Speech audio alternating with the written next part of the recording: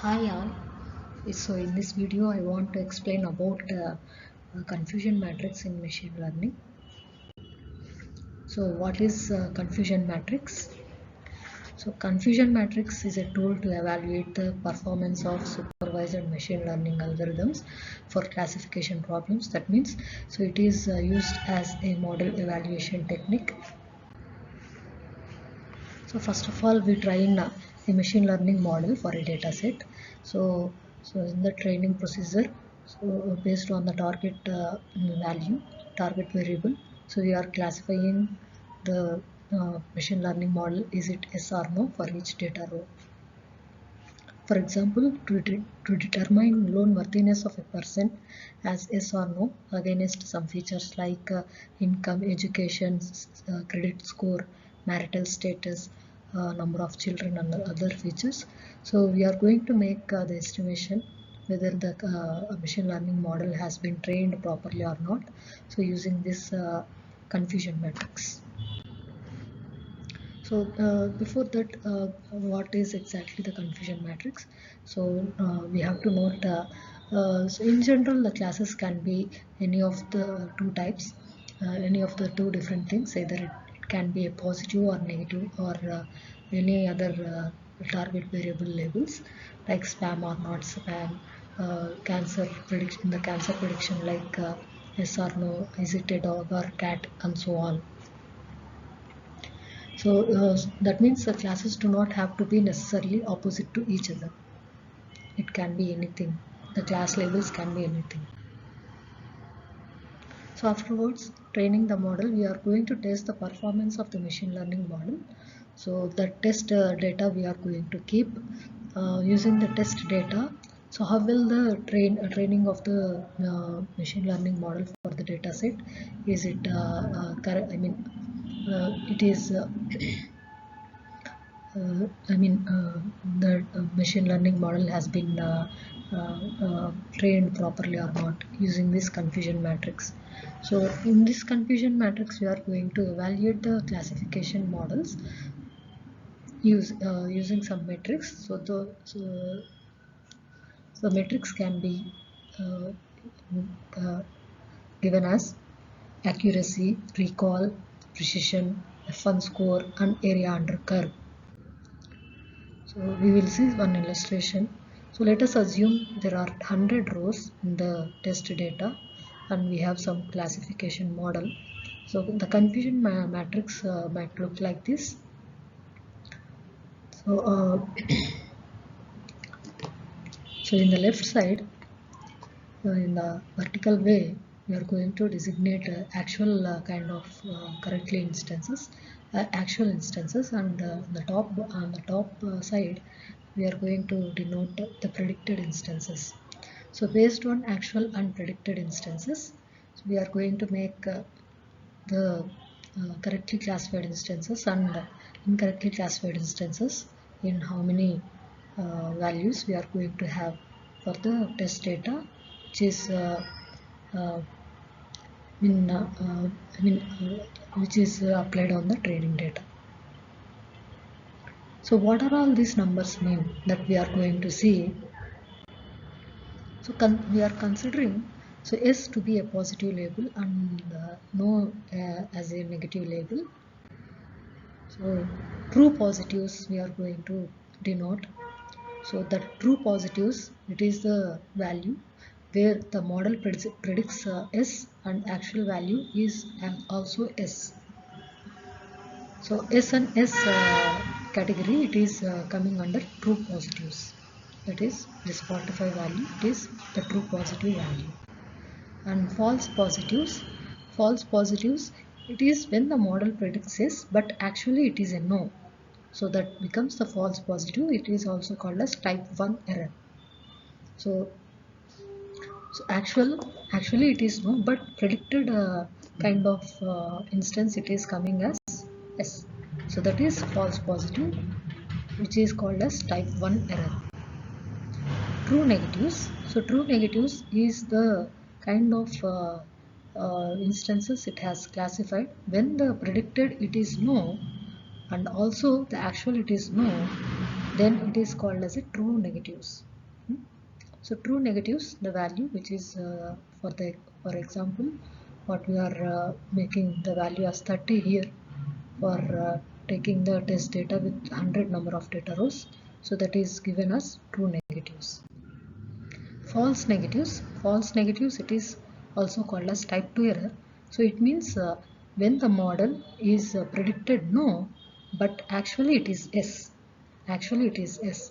So actually the training instance, it is actually the instance present in the data set, it is yes, but it has predicted the value as no for the test data.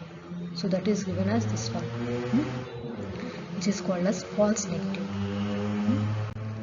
So in summary, so we are going to designate the true positives, false negatives, and the true negatives for all the total number of predictions.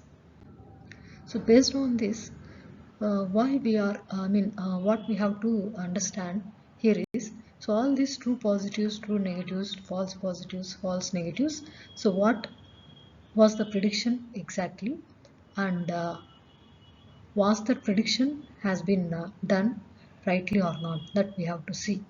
So that is going to be evaluated using some metrics in the model performance. Model evaluation metrics. So what are all these model evaluation metrics? Based on the kind of evaluation metrics, so how far we are going to get the accuracy of the model, so that we are checking. So accuracy it is given as the total number of correct predictions among all the observations what we have taken into consideration. So that is given as accuracy is equals to true positives plus true negatives by total number of values taken for testing the model. So this is true positives and true negatives with total number of observations. Next one is recall. Recall is going to measure the classifier's completeness. So that means how many kind of positive cases are there from total actual positive cases. That means so recall is a measure which is going to give the value of completeness, which is going to be expressed with positive cases, total number of positive cases. That means actual and predicted, it is given with both S divided by actual positive cases. Actual positive cases, which is the true positives plus false, which is true positives plus false negatives. Precision, it is going to measure the classifier exactness, so which is given as the positive cases over all the predicted positive cases. So that means the formula is precision is equals to true positive by true positive plus false positives. F1 score is a measure where we are going to extend the evaluation not only with accuracy, recall and the precision, because sometimes accuracy, recall and the precision, so they are just given with context based, but F1 score is going to detailedly describe about how many number of true positive cases exactly we are going to define. So this is considered as a safe metric. It not only returns true positives but also increases the value of true positives. So given with 2 into F1 score is equals to 2 into precision into recall by precision plus recall. So area under curve is one of the best metric for knowing the better classifier. So it is included with sensitivity, specificity and ROC curve. So sensitivity, it is also called as true positive rate or simply recall. So recall measure, it is also called as sensitivity. Best value we are regarding as 1, worst value it is 0. So if the best value is equals to 1, then we are determining the better classifier. Specificity is the correct negative predictions over total number of negatives. Correct negative predictions, true negatives by true negatives plus false positives. It is also called as true negative rate. So, negation of specificity, it is called as false positive rate. We are plotting the graph between sensitivity and the false positive rate. So based on that, we are going to determine the best classifier. So this line over the origin, it is going to give the random classifier, which is useless. So we are going to make the perfect classifier, which is going to reach to 1. So that is going to be considered as slightly better classifier. So that is regarded as the ROC curve. So area under ROC curve is going to give the perfect classifier measure. So which going to be given as whenever area under curve it is more, that becomes the better model. So points to remember what we have to consider, before understanding of, while understanding of confusion matrix is, so confusion matrix is nothing but it is a classifier evaluation tool. All the classes which is going to make the prediction using machine learning model. So those class labels need not be opposites.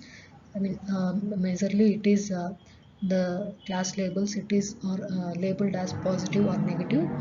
Accuracy, recall, precision depends on the context, but may not judge truly the model. So F1 score and AUC are the more comprehensive evaluation metrics.